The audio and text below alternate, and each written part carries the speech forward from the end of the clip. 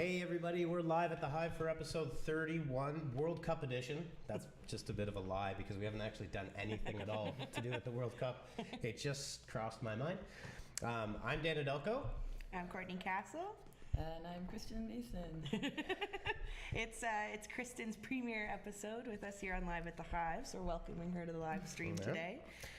Kristen does some social media marketing and some content marketing. I do. All that fun stuff.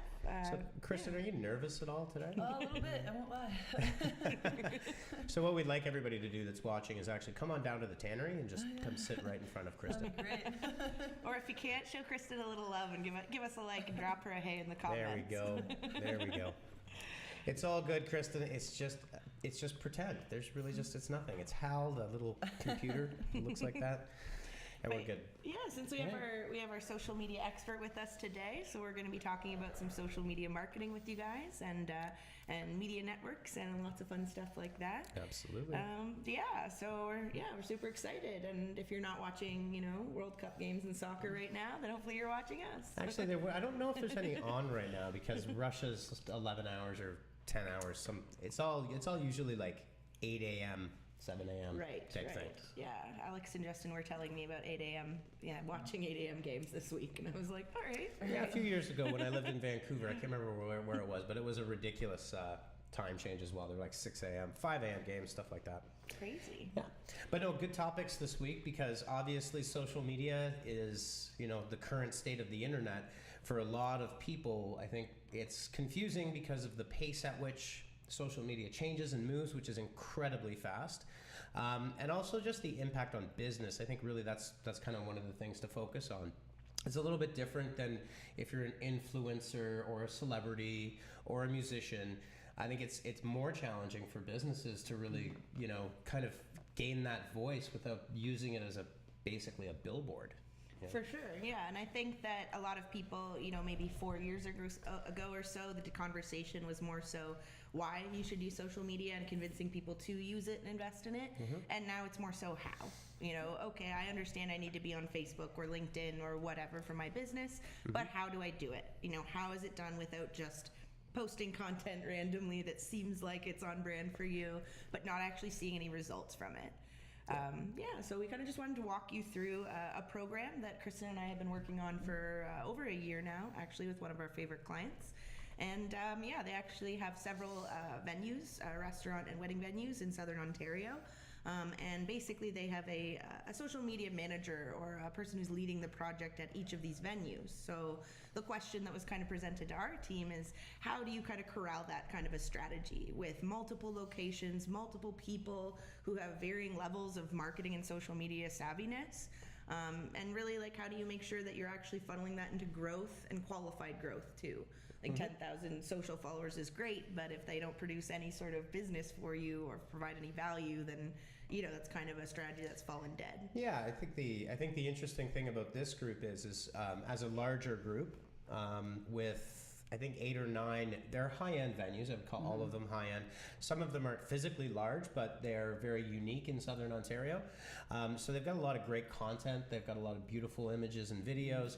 And we've worked with them for a number of years. And I think one of the big things was the idea of having a social media advocate at each location was something we had talked about with them for 4 years, if not longer. And we finally were able to, I don't think it was ever a disagreement, it was a logistics thing. Yeah. How do you actually do it, right? How do you incentivize somebody on your team that maybe is a manager or has a different function to say why you should be doing social media without them just thinking, hey, you're just giving me more work. Mm-hmm. Right? Yeah, definitely. And how do you make people excited about social media and how to make it, these people have very busy core jobs. Like Dan said, they could be a restaurant manager or something like that, which if any of you worked in the restaurant business, you know that that's a very busy job. So just in terms of the process in naturally being in the wedding space, in the restaurant space, it's extremely visually driven. So being on things like Instagram and Facebook and Pinterest are just kind of natural. It's a natural fit.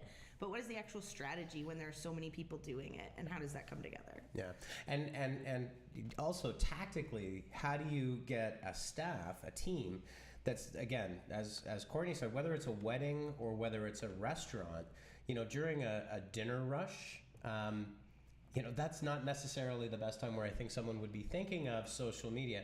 And I think what we've managed to do is kind of break through a policy, and they say this a lot in the military. It's like you got to win hearts and minds, right? And when you win the hearts and minds, then the team sees it as being something that's actually really quite valuable.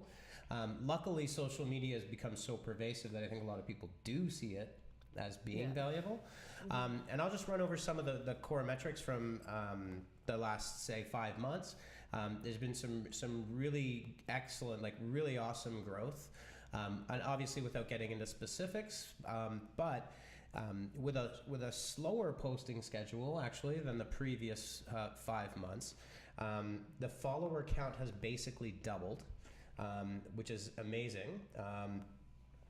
Let's see here. And engagement has gone up about 45%. Now that's across about 8 different Instagram profiles that we're looking at, with numerous Instagram changes, and a really large increase in the engagement with their existing customers. So, you look at a brand like Coca-Cola. Yeah, you're talking about tens of millions of people, right? When you're looking at a localized business that has a number of locations, you have to qualify what value the numbers mean, right? Like, is 1 million going to work? Yes, it probably would, even in Southern Ontario, but the engagement being the most important thing. So I'll kick it over to Courtney and to Kristen now, because it was their program, to talk about how some of those things were actually put into place. For sure. So like Dan said, like obviously we're looking at growth, but growth rate being not just the number of followers you gain, but also the number you lose. So you do have to watch your attrition rates as well. But yeah, basically, and this was slow season as well, the metrics that he's discussing, because obviously things like golf courses and weddings and whatnot, it is a slow season in the winter. So you want to make sure that your strategy leverages that kind of thing as well, that it's maintaining people's interest in the off season and capitalizing on the natural growth and attention you're going to get when it comes to your peak season. A little bit on what we actually do, Kristen and I, is we set up a reoccurring, like a monthly meeting, so to speak, not really, more of a working session, where we go through a deep dive of the insights and analytics from the last month for across all of the venues and all of the channels.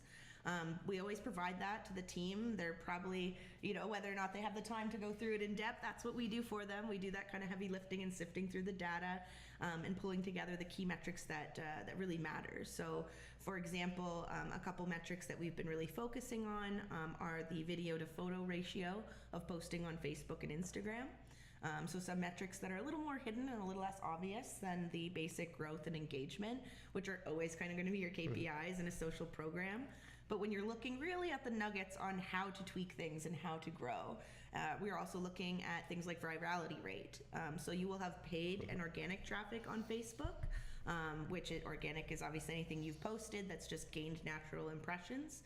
Paid is anything you've paid for. And then virality are the impressions and engagement you get based on other posts.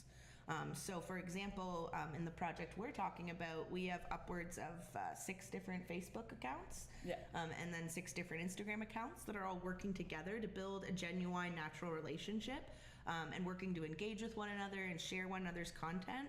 And that's actually one of the most successful metrics that we've seen, especially in the last few months, is really growing the account and extending the breadth of your audience by increasing that virality. So you still have your paid and organic, but the virality source as well is really important. And you can see all of those in your Facebook analytics, in your metrics. It'll give you all those kinds of numbers. Yeah, so one of the things that's actually called, this is from a growth hacking side of things, when you have metrics, it doesn't really matter what you're talking about. You talk about e-commerce, you could talk about web analytics, you talk about social analytics. You're always going to have just tons and tons of them. And the term that is used is called defining your North Star metric. And that's exactly what Courtney just talked about. You saw virality having the biggest impact, and that's your North Star. So you know that if I push this particular lever, it's going to have the best positive impact on the real performance for both social and whether it's a conversion or even in Instagram's case now, we'll talk about it a little bit, is e-commerce, because that's new and growing. But yeah, define your North Star metric. It's really important because you're just going to see this like massive sheet of numbers, and being, well, which one actually has the most weight for me? So. For sure, yeah, and there's a lot of things. That's kind of what our job is, Kristen and I, is to help the team focus. Because there's always new features and new changes and new ideas and things you could do that happen every single day, pretty much. So we try to keep the team focused, and it's a team of about 10 different people from, like I said, from varying cities and things like that, completely different venues even. So to bring them together, we give them similar goals. So once we go through the insights, we determine particular metrics and what are the levers that we need to pull to make things grow. Mm-hmm. And then in the section 2 of our meetings, we give them specific goals based on those insights. So if we see that virality is really improving our reach and really growing our audiences, specifically in the geographic area we want, which is important, like Dan said, when you're looking at local social audiences, you want to make sure you're growing it in the area that your venue is, for obvious reasons. You then take that, and perhaps we see that virality is being driven by a lot of videos. So mm-hmm. our goal is then going to be to double the amount of videos we post for the next month. Perhaps each account posted 1. Now every account will post 2, and make them reasonable and incremental goals, mm-hmm. not like something crazy, like post a video every second day or something really unrealistic. Yeah, so Scott Amos, old friend from the Demure days, the old startup, who I believe now you're back on the West Coast. So welcome, Scott. Scott was asking about Instagram e-commerce and elaborating. So maybe I'll just interrupt to address Scott's question. Sure. So over the past, say, 2 months, Instagram has increasingly introduced the ability to tag products, link products back to a product page. And they've just recently introduced their shopping bag as well. So Instagram has been making moves over the past couple of months, pretty big moves. And through Facebook, obviously, as well now, because Instagram is owned by Facebook. The big prediction is that obviously Facebook and Instagram are going to go right after Amazon as much as possible. So we are going to cover some more of the e-commerce features available on Instagram, but that's kind of the elaboration of what's going on there. And there's a lot of things that you can do on the e-commerce side that are incredibly effective and unique to Instagram and to Facebook in terms of conversion rates, lead generation, conversion rates, and sales overall. Mm-hmm. So yeah, one of their favorites in particular is the story ads that they rolled out in late January this year. So the ability to run ads directly to stories, leveraging the fact that stories have become so popular right now, mm-hmm. Is something that marketers have been loving and using for the past few months. So if you haven't checked that out as a different placement to test against your existing Facebook advertising, I would suggest doing that, looking at that. And Scott's actually in Kelowna, BC, so now I'm even more jealous. Beautiful place. There, yeah, that's nice. But I've never been. No, there you go. All right, sorry. Back to it. All good, yeah. So very reasonable goals. Make sure, we can't emphasize that enough. It's really easy to get really eager about your social growth, but consistency is key.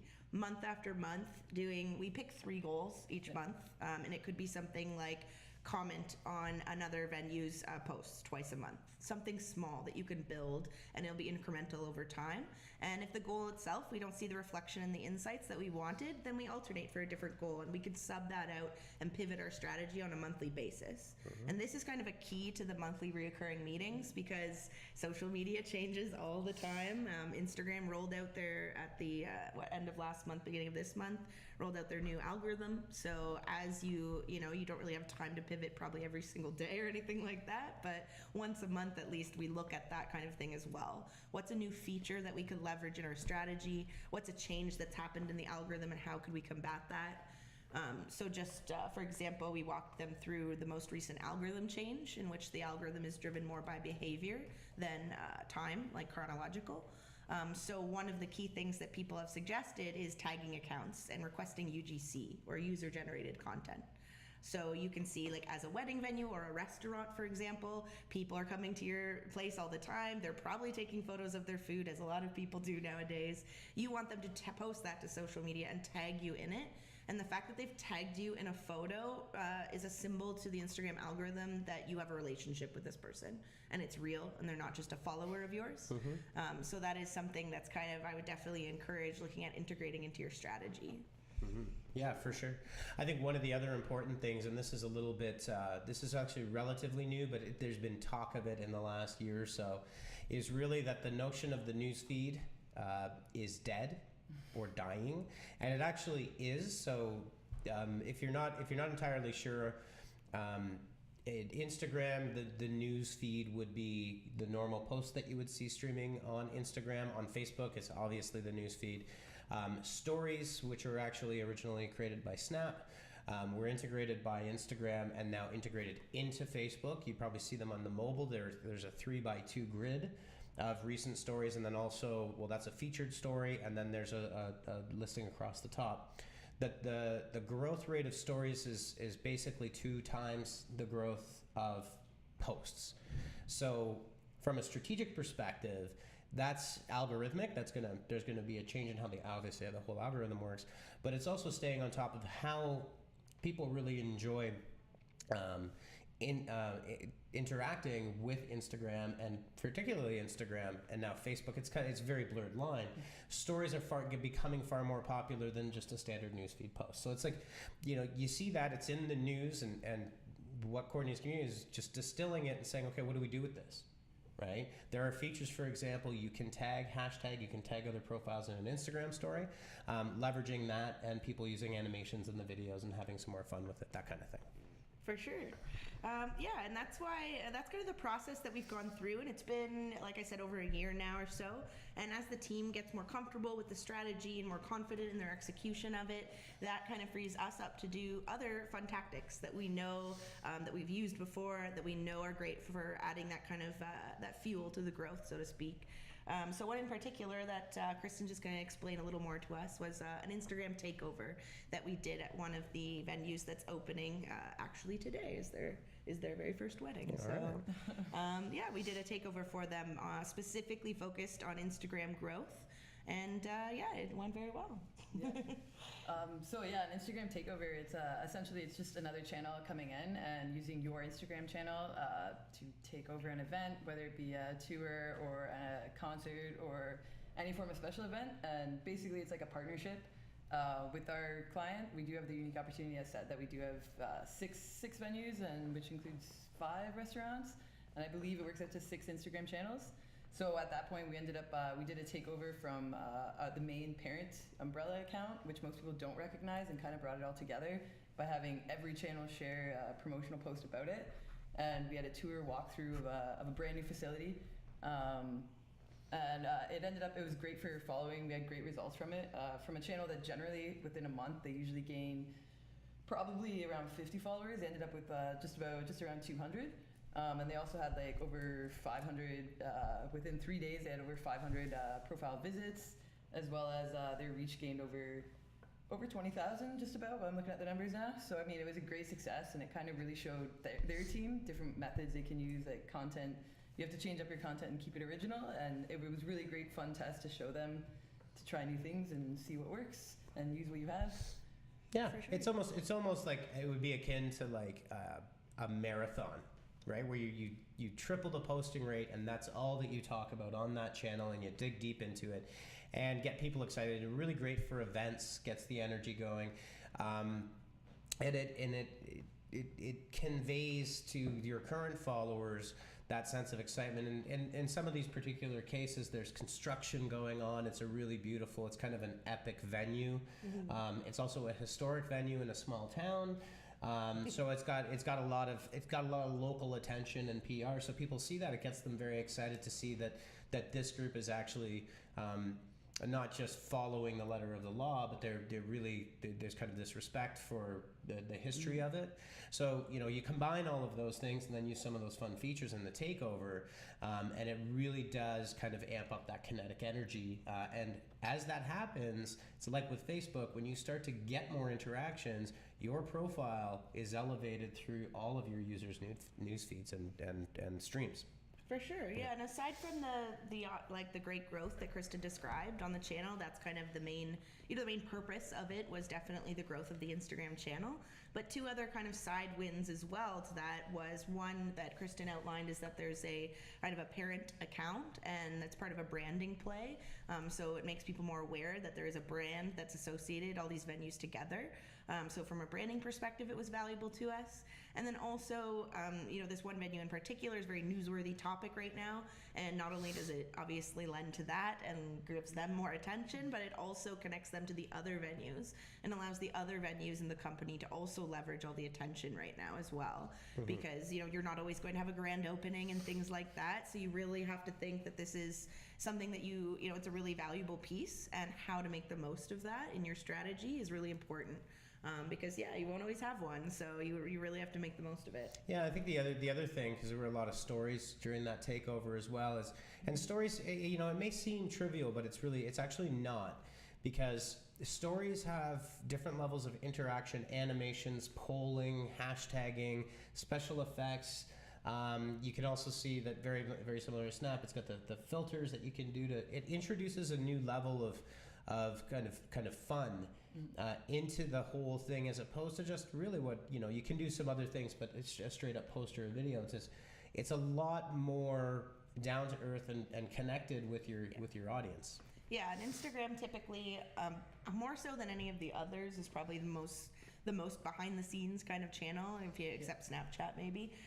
But more so than Twitter and Facebook and LinkedIn or anything like that. So yeah, stories, that's part of why I believe they become so popular, is because the initial intention with Instagram was this kind of behind the scenes, more of a personality kind of look at a brand. And then you can just take that one step further with stories, which are supposed to be real-time, fun personality, and when you think about using them, don't just think about your target audience as well, but you're presenting your brand, and you could be doing something like a job posting, and perhaps you need other people to join your venue, and then people come and they see the actual personality of the place. There are other people working there that enjoy it. There are other elements and values to it as well, beyond just your general brand awareness and target audience. So yeah, absolutely. So what else did you guys, Scott was just sending me a picture, because we're friends, of him on his boat.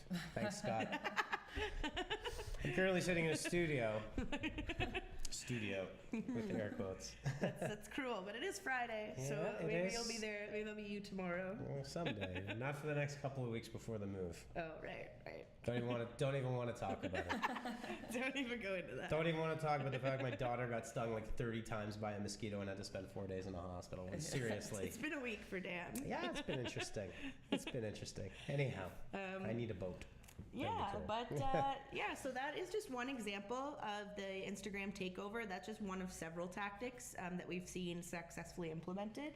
And like we said, that's kind of the growth hacking, is what we would call it in the office, that we layer on top of the regular content creation and community management. And those are really, as I like to say, if anyone has seen my social media marketing presentations, are 3 of the 4 pillars of social media marketing, the 4th of which being paid advertising. So really important layers to think of when you're building your strategy. That's how we've done it with this particular client. And we also work with several other companies as well, from a kind of a consulting perspective, with people who do have internal teams. They have the manpower, they're just not sure how to use it. So I think one of the things is with social is getting away from the notion that you have to have this incredibly polished kind of formal presentation. If you look at these particular venues, they're epic, they're beautiful, they're great. And I think what we've managed to do in terms of communication is really kind of not de-elevate, but bring the brand down to earth, where people can connect to it. Because yes, I'm going to see these gorgeous venues overlooking rivers and waterfalls and everything, but when you see a real bride and a real groom and a real wedding party having fun there, I think it's more impactful. And it's also, there's a place for all of that. There's a place for the professional wedding shot, and we do all of that, but there's also a place for people just having a birthday party with grandma, or whatever it is. And it really, I think it really has a strong impact on the brand as a connective tissue between the fans and the brand itself. And one of the things that I noticed when we were talking about this before the live was the fact that there's been a substantial increase in the number of users posting and tagging and uploading directly to the brand pages over the past, say, 12 months. And that's actually, not to, you don't really change, you can change a North Star metric, but that's a real key indicator that you're connecting when people are talking to you a lot, right? For sure, yeah. Mentioned specifically, and I've said it many times probably on the live before, but engagement rate. I know everyone loves to focus on growth rate, but engagement rate, really that is the first metric I look at when I look at any social media channel. You could have 20,000 followers, 100,000 followers, but if your latest post has 2 likes on it, like that's, that's a huge red flag for me right there. So really, I'd rather see a smaller qualified audience that has huge engagement rates, because you can take what you're doing and just double down on it. People enjoy your content, they enjoy your strategy, and just expand it really from there, as opposed to, a strategy that's kind of flopping, but maybe you do have a lot of followers because you've been around for a longer time, or whatever strategy you may have used. But yeah. All right, cool. So that's kind of what's working for us. We want to just do our cover on social media strategy and how to put that together in a long-term sense and keep it growing. So yeah, we'll move along to what's new. What's new? Yeah. There's a bunch of things that are new and happening right now. That's for sure. So I think one of the things that we can talk about, I just have to figure out. We already mentioned the Instagram algorithm change and the fallout of that. Now people have been kind of pivoting their strategies. So we haven't seen too many dramatic things yet, but No, I think one of the things, and this happens a lot with Google SEO and primarily Google SEO, is that unless you have all of your eggs in one type of a basket, or you're gaming the system to some degree, because they're things like pods and things like that, they're there and they're good to unless you're a celebrity, a pod kind of notion, it obviously is helpful, but done improperly, it can it's going to get flagged by the algorithm, like they're. Yeah. Do you want to just explain what a pod is for those who don't know? Oh, yeah. An Instagram pod is essentially like a group of partners that you work with, and when you go and you release something, you basically just let them know that you have this piece of content out and you'd like their help assisting with it, and they basically leverage engagement as well as likes and everything. They'll repost it, encourage people to go and see it, and they really start to get your engagement up, and it's a reciprocal relationship where you do the same thing. And it's kind of like a bit of a trickery where it's not like Instagram can't really tell it's a partnership because you're all just engaging and commenting on each other and you're all friends. Yeah, and there are very, very large pods with very, very large followers and with profiles that have very large followings. Not to say that a pod is necessarily a bad idea done properly, but that's how qualified it is and what pod is it? Who's in it? You know what I mean? It's But these are things. So those are tactics that if that was the one thing you were doubling down on, that eventually they will figure out how to bust that up algorithmically. Like, it's just a matter of time. So when you see this, the Instagram changes, if you've got a good strategy, a solid strategy that's spread out around truly, finding engagement, finding your audience, not being repetitive, you're looking at your metrics, and you're looking at, especially the one thing that you can absolutely be 100% sure of, if you can keep on top of new features and new feature releases, you will get preferential treatment from the algorithm and from Google. Facebook user says, Courtney has an awesome laugh. that was Nira. She's got her privacy settings on or something. I don't know, but I can see it. Okay, Facebook user. No, but if you're on top, you will get preferential treatment for new features that are rolled out 100% of the time. Mainly because, and if you can get into the beta programs, even better. But mainly because if it's a new feature, chances are a lot of people aren't necessarily using it yet. So you've got less saturation in there. So in terms of how you deal with algorithms, in one way is just, I wouldn't say necessarily ignore it, but don't be an algorithm watcher and try to figure, if you're doing that, then you probably are using tactics that would be vulnerable to that algorithm, right? Same goes for Google search. It's the exact same kind of concept. Yeah. For sure, yeah. So. You can make tweaks and things like that, but don't pivot your entire social media strategy every month based on the algorithm. But really, at the end of the day, it's probably just slight tweaks that you can make to your already existing strategy. Yeah. Like I said, if for Instagram, perhaps twice a month, solicit some user-generated content and ask people to tag you. It could be something as simple as that. So yeah. So one of the good ones, and this leads back, so just back into what's working. So there are, and this will roll out, is that you've been able to tag products in images as well, and certain e-commerce vendors are going to get the shopping bag icon added to their stories as well. And I think one of the things to watch out for, if you've got an e-commerce store and you've got an active well, if you don't have an active Instagram and you're in the B2C e-commerce space, I think you really, really want to get on there and start thinking Instagram. There's a lot of talk in the world of paid advertising that, and now this is probably a bit dramatic, but that Facebook advertising performance is declining. I mean, it's very, very effective still. I think what's going to happen more is you're going to see Facebook saying, they're saturating out the amount of ad space that you've got on the Facebook platform. And so they bought Instagram, and Instagram has really had some limited amounts of advertising, especially with e-commerce. So basically, if you look at it from an inventory perspective, right? Like, where can Facebook sell advertising? They can sell a lot more on Instagram right now. So the suggestion that I would have if you've got an e-commerce store is get yourself verified as a business, because you need to do that. Get your e-commerce tools set up, get your product catalog set up, because you need that, and then start testing out how to tag, because this feature here is going to roll out. And when people can purchase on Instagram, if you've got an active audience, you're going to sell a lot, especially fashion, lifestyle, consumer goods. I mean, it's not a platform to dismiss as just a bunch of kids posting pictures anymore. For sure. Yeah. Yeah, and one thing just that Instagram did mention with this algorithm change, and it's been a question mark for a lot of people, is some businesses have been asking us if there's an advantage if you get a preference in the algorithm if you have a personal Instagram account as opposed to a business account. And we've had some people switch their accounts from business to personal. Instagram has come out and said no, there is no advantage to having business versus personal. With a business account, you actually get your full analytics right there in the Instagram profile. So do keep your business account and don't switch it. There isn't an algorithmic bonus to it, and you have your metrics, which you will not have as a personal account. Yeah, if you're a business, be a business. If you're a person, be a person. That's really what it comes down to.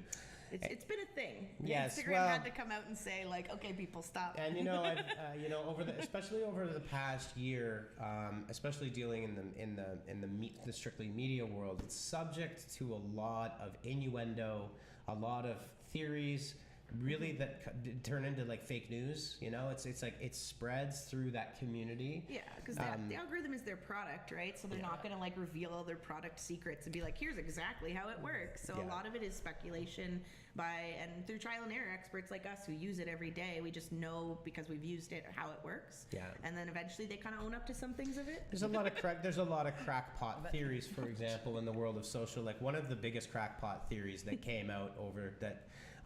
Last year it was pretty hot, was that you shouldn't use a third-party app to post to social because Facebook prefers native posting. Absolutely not true. I had numerous in-depth conversations with numerous people that said they had performed, data science on this, which they didn't. It's all heuristic. Obviously, major companies and Facebook, you're not going to get, and I bet you any money if this thing, there will be some comments in here, people claiming it's not true.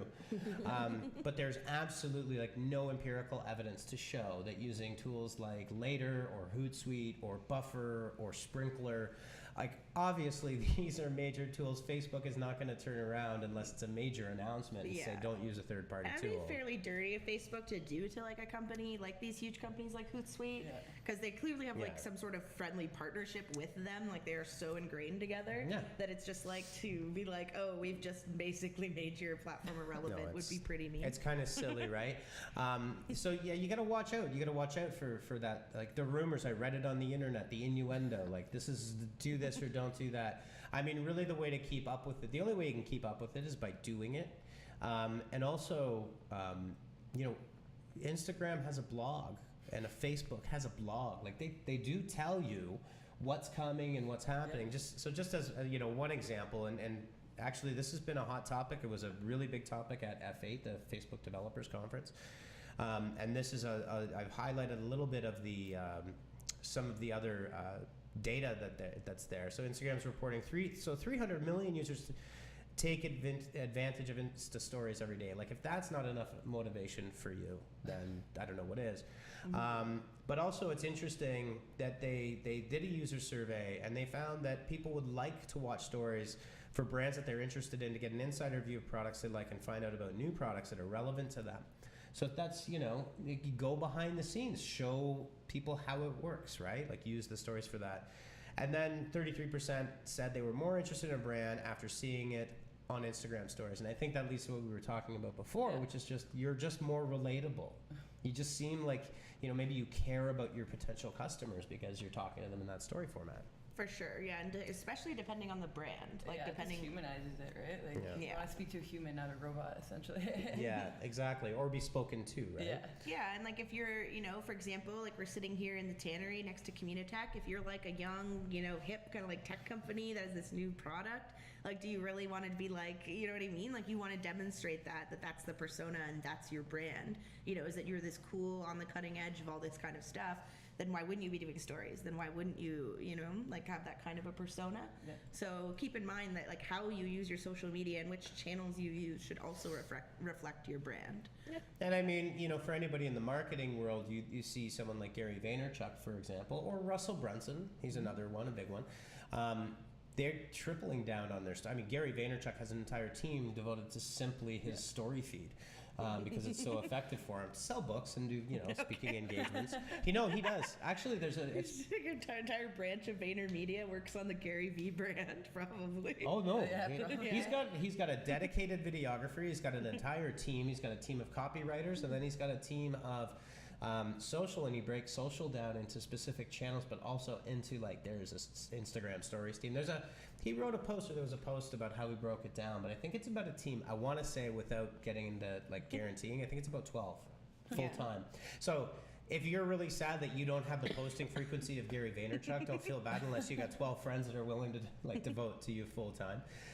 To be fair to him, though, he's still on it himself. He had his Gary V show, Ask Gary V, and I went on and he said at the end of the show, anyone who uses the hashtag in the next hour, I will personally reply to it. And I tested him and I did it, and he did reply. Yeah, and I was like, there you go. Well, Gary. that's him putting in the work. But he's got J Rock, who is I think his videographer that follows him around and does all the editing. Yeah, he's got graphic designers, and I think he shoots ideas over to his writers and stuff like that. He's got a headphone sponsorship because he's always got the headphones in. It's at the Apple, the pods. I don't know. But he does. You know what? I almost bought a pair. Excuse me.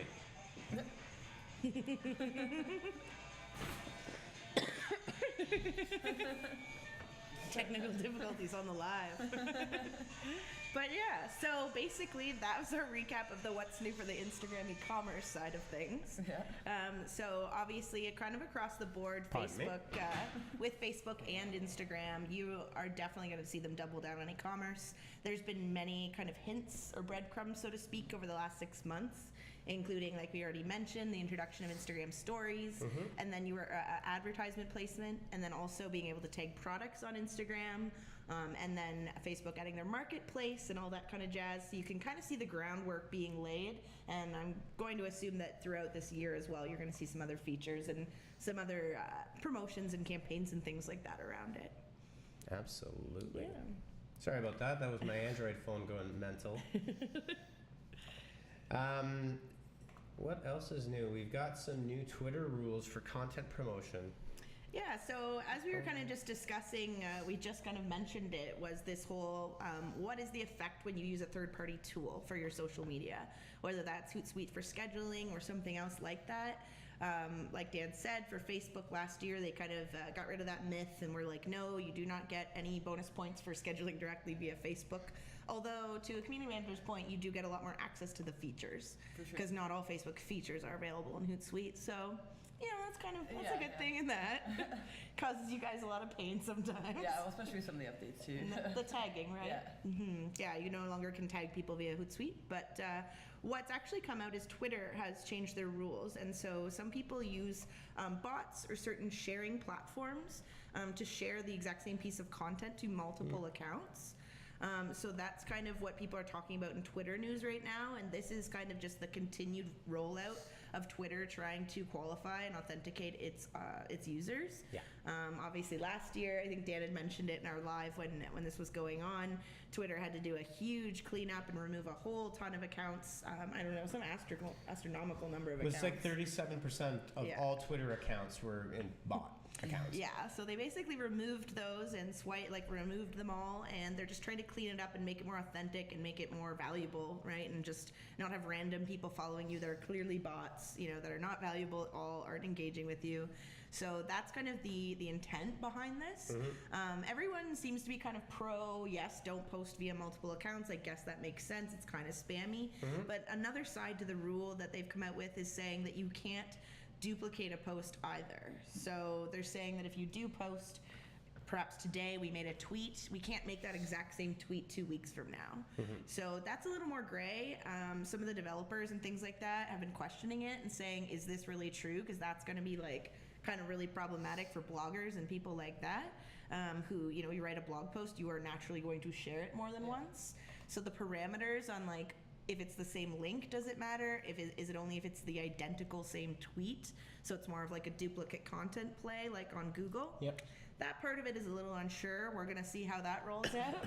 But if you are, for example, if you have a business account and you have a personal account, and right now you're scheduling the identical content to both of those channels, stop doing that. That's what Twitter is clamping down on, and that's what it wants to remove, is any sort of automated bot activity like that. Yeah, I think one of the things, so if you have we have, a few different platforms have this notion, but in Hootsuite Enterprise it's called the content library. So you build up different types of content libraries that may be evergreen, right? So if we're talking about, ways to segment an email marketing list, and we've written a long form blog post, which is actually, one of the posts we do have. I think the only thing that we would really need to do is just not have the exact same tweet text in there. But again, as Courtney said, it's a gray area. It's not entirely defined. Sorry, I'm smiling because Andrew Webb just joined us. Hey, Andrew. How's it going, dude? You missed at least 4 or 5 really good puns. Yes, the office has just been punless without you. Very good. Where was I? I interrupted him good on that one. I totally forgot.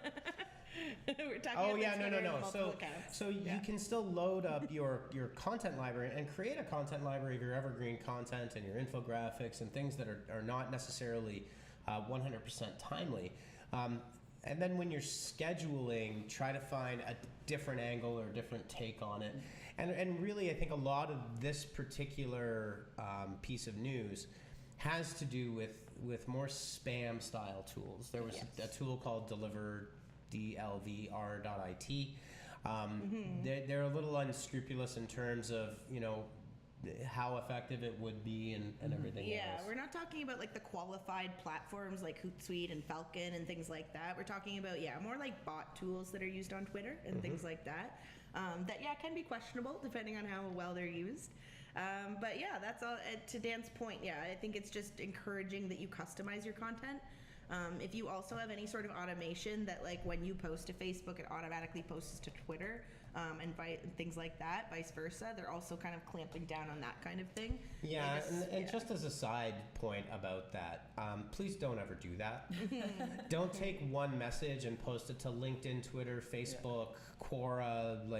That's a bit ridiculous, because then what you're really not doing is tailoring the message for the audience and the platform, and those platforms are all incredibly different. So just take the time to think about the message. There's nothing more annoying than seeing these types of tools that, effectively, if you're uneducated, would be like, well, why would I sit there and write 7 different messages for 7 different networks? Because it's obvious, right? Yeah, and if you're putting out the same post at the same time across all your channels, it's just bad. It's just bad best practices for social media. Your audience can't be in 3 different places at once, on Twitter, Facebook, and Instagram. And if they are on Facebook in the morning and then they go to your Instagram channel at night and they see the exact same piece of content, strategically, that's not a good idea either. So kind of a basic thing when we create our content calendars, which are basically an Excel spreadsheet, or we work directly in Hootsuite or other platforms to build them. We look at that kind of holistic view, and that's why you don't just post in real time and not consider kind of how that would look as a brand as a whole. We're not just considering that one post in particular, we're also considering what's happening on the other channels at that time. What does the news feed look like when it's all put together? There's a lot of different things that we have to consider and look at other than just that post. And you should too. Yeah, for sure. For sure, yeah. Customizing content per channel is probably one of the very first tips that Kristen and I give to anyone who's doing social media content. Do not copy and paste the same post per channel. Length of post, obviously is like the first obvious thing. On Facebook, you have a lot more room to write. Hashtag use as well. You're not going to put 6 hashtags on Facebook, but on Instagram that would look totally natural. So please customize it. You will get better results with your content. Absolutely. And just the one last thing before we wrap up, since how you doing, Kristen? Is it you gotten over your nerves? Told you nothing was going to happen from the moment you walked in the door here. Like, it was pretty much exactly this. Google has released additional ad settings to prevent, and this all goes down to the Cambridge Analytica stuff. I know Facebook is rolling out to turn off some targeting signals, so be aware of that. These tools are now like rolling into market. So for your ad campaigns, don't necessarily assume. So if your impressions are up but your click-throughs are down, and different things are happening, take into account the fact that users are able now to start more and more through ad choices to turn off. I don't want to be targeted. I don't want to be remarketed to. And it goes well beyond an ad blocker, because ad blockers are classically, trust me, they're terrible at actually blocking the tracking. Even if you go into incognito mode, you are still getting cookies dropped all over the place. Right. But when the platform is allowing to turn it off, at least the point to which they're saying. So watch your ad campaigns if you're running ad campaigns, and if you're doing a lot of targeting, just be aware that it's debatable how many people are going to take advantage of this, but it certainly could impact you depending on your audience. So anyhow, it's 4:59, and that's it. We did pretty good. You made it. There you go. Kristen, you made it. Yeah, well done. We'll save media networks for next time you're on the live, all right? There you go. Yeah, there you go. There you go. All right, everybody. Well, thanks for joining us, and have a great weekend. All right, enjoy your Friday. Bye. Bye. Bye.